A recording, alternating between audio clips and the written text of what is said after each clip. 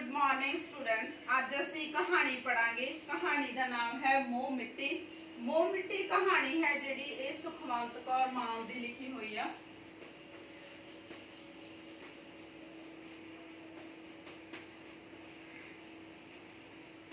ठीक है जी।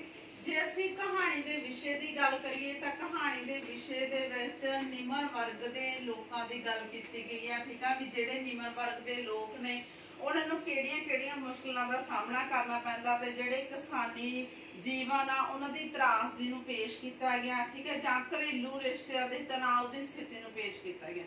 हुण कहानी की गल करदे हां। कहानी दे विच सब तो पहला असीं की देखदे हां भी जिहड़ा मैं पात्र आ। मैं पात्र कौन आ? जिहड़ा कहानीकार आ। कहानीकार दी जिहड़ी सारी कहानी लिखी हुई आ वो अपने चाचे ते लिखी हुई है भी वो अपने चाचे दियां आर्थिक तंगियां, घर दे तनाव ते रिश्तिਆਂ दे तनाव दी परेशानी नूं मतलब बहुत प्रभावशाली तरीके दे नाल पेश करदा। सब तो पहला कहानीकार गल करदा चाचे दी कोठी बारे। फर्स्ट पॉइंट है चाचे दी कोठी दा दृश्य।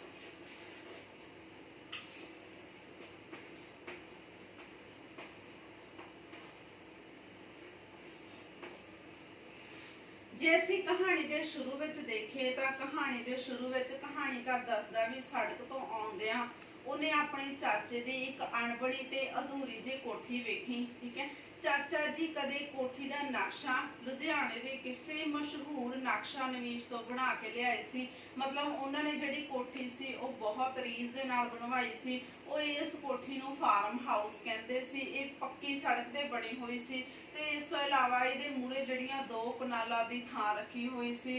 लैंटर ते पाया होया सी। सारी कोठी लैंटर ते पाई हुई सी। मतलब कोठी का खर्चा बहुत ज्यादा होया सी ते रसोई स्टोर ते कमरे दे उत्ते एक सादा जिहा फर्श लाया सी। क्योंकि जिहड़ा कोठी दे उत्ते खर्चा बहुत ज्यादा होने के बावजूद उन्हां कोल इन्ने पैसे नहीं सी। ते फिर उस तो बाद उन्हां दे विच कहंदे इत्थों तक कि उन्हां विच गुसलखाना पूरा करन दी भी हिम्मत नहीं सी। कहंदा भावें कि चाचे ने कोठी बना ली सी पर फिर भी आर्थिक तंगियां ते मुश्किलां दे कारण जिहड़ी वो कोठी सी वो अधूरी सी। ठीक है नैक्सट गल करदे हां चाचा चाची दी झड़प।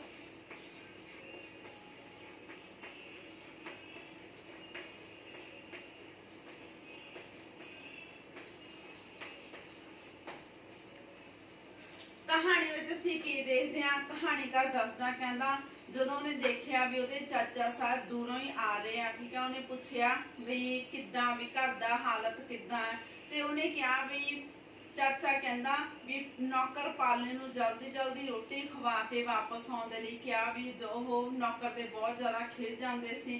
ते उस तो बाद कहानीकार ने चाचे दा हाल चाल पूछया तां अगों उन्होंने मतलब पूछया भी तुहाडा जिहड़ा कामकार आ ओह किद्दां चलदा। तो वो की दसदे आ कहंदे पिछले साल तो मिर्चां तो काफ़ी आमदन हो चुकी सी। फिर अगों चाची की कहंदी है कहंदी इस बार दा हाल भी पुछ लवे भी इस बार उन्होंने कितना क नफा नुकसान होया। तो उस समय दे विच चाचे ते चाची दी आपस दे विच झड़प हो गई ते चाची कह रही सी कहंदी उन्हें सारी उम्र इत्थे दुख कट्टिया भी कदे कोई सुख दा टाइम नहीं देखिया। कहना चाचा जी मतलब जदों चाची ये गल्लां कर रही सी तां चाचा जी उहदे नाल बहुत बुरियां नज़रां दे नाल तक रहे सी। ठीक है जी गल करते हैं खेती का काम। कहानीकार की दसदा कहंदा भी जिहड़े चाचा जी वो शुरू तो ही खेती का काम करते सी। हर साल बीज लुधियाने की एग्रीकल्चर यूनिवर्सिटी तो लैके आउंदे सी। इस तो इलावा फसल दे लई संचाई ट्यूबल जां होर भी जिन्नियां भी मतलब फसलों दी जरूरती चीज़ां सी वो पूरियां मेहनत दे नाल करदे सी। कहंदे जदों मिर्चां दी जड़ां नूं स्योंक लग जाती सी जां आलूआं नूं कोई झुलस रोग लग जाता सी तां मतलब वो बहुत ध्यान दे नाल फसलों की बिजाई करते सी। क्योंकि वह दयाल सिंह लाहौर कॉलेज दे विच पढ़े हुए सी। नैक्सट गल करते हैं चाची दीयां शिकायतां।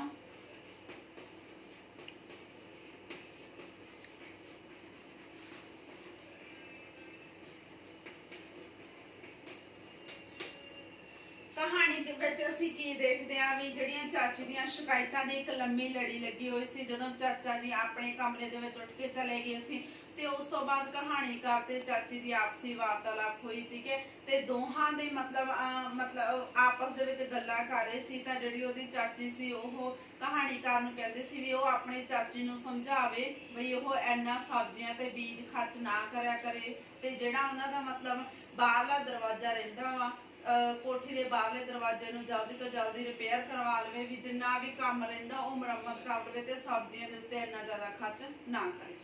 ਨੈਕਸਟ ਹੈ ਘਰ ਦੀਆਂ ਪਰੇਸ਼ਾਨੀਆਂ।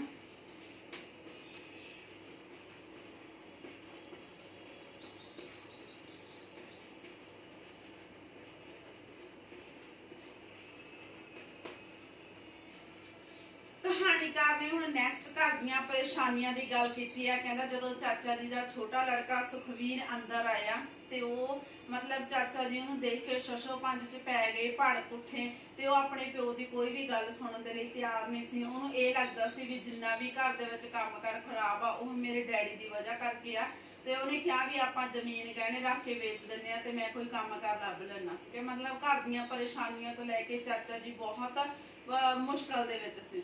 ਉਸ ਤੋਂ ਬਾਅਦ ਕਹਿੰਦਾ ਕਹਾਣੀਕਾਰ ਦੱਸਦਾ ਵੀ ਚਾਚਾ ਜੀ ਮੈਨੂੰ ਦੱਸਦੇ ਸੀ ਵੀ ਮੇਰੀ ਉਮਰ 96 ਵਰੇ ਦੀ ਹੋ ਚੁੱਕੀ ਆ, ਪਰ ਚਾਚੀ ਸੀ ਜਿਹੜੀ ਉਹ ਚਾਚਾ ਤੇ ਚਾਚੀ ਦੋਵੇਂ ਤਖਤ ਪੋਸ਼ ਤੇ ਬੈਠ ਕੇ ਖਾਣਾ ਖਾ ਰਹੇ ਸੀ ਤੇ ਇਹਨੇ ਚ ਉਹਨਾਂ ਦਾ ਵੱਡਾ ਵੀਰ ਆ ਜਾਂਦਾ ਜਿਹਦਾ ਨਾਮ ਕਰਮਵੀਰ ਮਤਲਬ ਉਹਦਾ ਲੜਕਾ ਆ ਜਾਂਦਾ ਤੇ ਉਹ ਮਤਲਬ ਪੁੱਛਣ ਲੱਗ ਜਾਂਦਾ ਬਈ ਘਰ ਦੀ ਹਾਲਤ ਕਿਹੋ ਜੀ ਆ। ਤਾਂ ਚਾਚਾ ਦੱਸਦਾ ਕਹਿੰਦਾ ਘਰ ਦੇ ਵਿੱਚ ਇੱਕ ਗਾਂ ਤੇ ਇੱਕ ਮੱਝ ਆ, ਪਰ ਕਹਿੰਦਾ ਫੀਡ ਮਹਿੰਗੀ ਹੋਣ ਦੇ ਕਰਕੇ ਉਹਨਾਂ ਨੂੰ ਪੂਰਾ ਮਤਲਬ ਲਵੇਰੇ ਨੂੰ ਰੱਖਣਾ ਬਹੁਤ ਜ਼ਿਆਦਾ ਔਖਾ।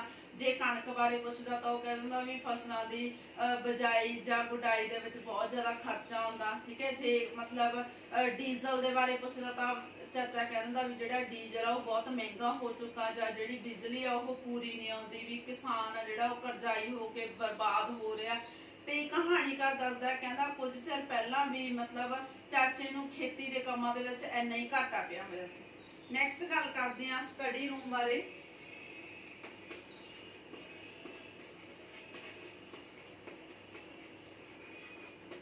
ਸਟੱਡੀ ਰੂਮ ਬਾਰੇ ਗੱਲਬਾਤ।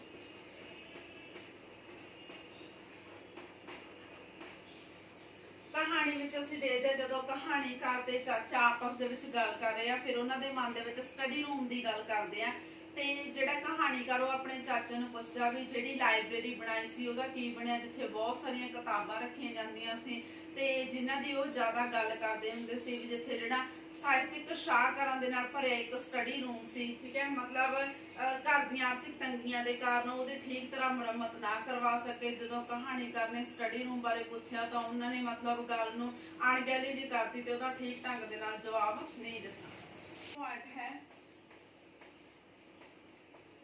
ਜ਼ਮੀਨ ਵੇਚਣ ਬਾਰੇ ਸੋਚਣਾ।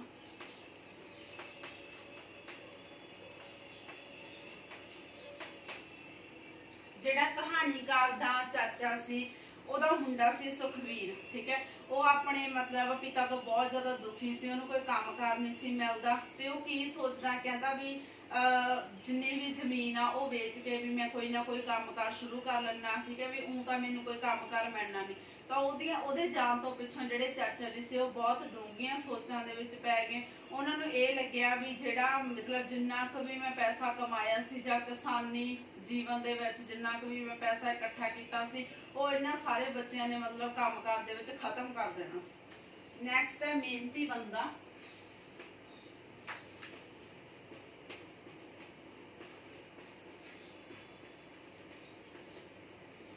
ਜੇ ਅਸੀਂ ਕਹਾਣੀ ਦੇ ਵਿੱਚ ਗੱਲ ਕਰੀਏ ਤਾਂ ਜਿਹੜਾ ਚਾਚਾ ਸੀ ਉਹ ਬਹੁਤ ਜ਼ਿਆਦਾ ਮਿਹਨਤੀ ਸੀ, ਕੰਮ ਕਰਦਾ ਸੀ। ਜਿੰਨੇ ਵੀ ਘਰ ਦੇ ਕੰਮਕਾਰ ਸੀ ਸਾਰੇ ਚਾਚੇ ਦੇ ਵੱਲੋਂ ਕੀਤੇ ਜਾਂਦੇ ਸੀ।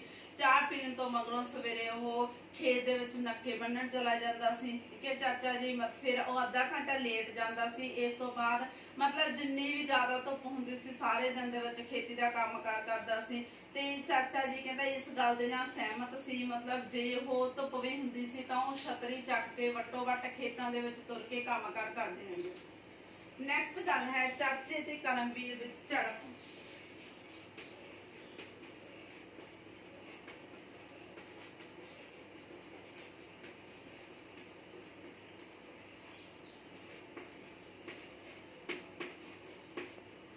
ਜਿਹੜਾ ਸੁਖਵੀਰ ਸੀ ਉਹ ਚਾਚੇ ਦਾ ਛੋਟਾ ਮੁੰਡਾ ਸੀ, ਕਰਮਵੀਰ ਵੱਡਾ ਮੁੰਡਾ ਸੀ। ਬਹੁਤ ਦਿਨ ਹੋ ਗਏ ਸੀ ਉਹਨੂੰ ਮਤਲਬ ਜਦੋਂ ਚਾਚਾ ਉਹਨੂੰ ਕਹਿ ਰਿਹਾ ਸੀ ਵੀ ਤੂੰ ਲੁਧਿਆਣੇ ਤੋਂ ਟਮਾਟਰਾਂ ਦੇ ਬੀਜ ਲਿਆ, ਠੀਕ ਹੈ। ਤੇ ਕਰਮਵੀਰ ਨੇ ਗੁੱਸੇ ਵਿੱਚ ਇਨਕਾਰ ਕਰ ਦਿੱਤਾ ਸੀ, ਜਿਹਦੇ ਪੱਖੋਂ ਦੋਹਾਂ ਦੇ ਵਿੱਚ ਬਹੁਤ ਜ਼ਿਆਦਾ ਝੜਪ ਹੋ ਗਈ। ਨੈਕਸਟ ਗੱਲ ਕਰੀਏ ਤਾਂ ਜਿਹੜੇ ਕਹਾਣੀਕਾਰ ਦੱਸਦਾ ਵੀ ਜਿਹੜੇ ਚਾਚਾ ਜੀ ਦਾ ਪਰਿਵਾਰ ਸੀ ਉਹ ਕੁਝ ਸਮਾਂ ਪਿੱਛੋਂ ਸਾਰੇ ਖੇਤੀ ਦੇ ਕੰਮਾਂ ਵਿੱਚ ਰੁੱਝ ਗਏ ਸੀ। ਮਤਲਬ ਮਜ਼ਦੂਰ ਇਸ ਤਰ੍ਹਾਂ ਭੱਜ ਰਹੇ ਸੀ ਜਿਵੇਂ ਚਾਚਾ ਅੱਜ ਤੋਂ ਕੁਝ ਸਾਲ ਪਹਿਲਾਂ ਭੱਜਦਾ ਸੀ। Thank you.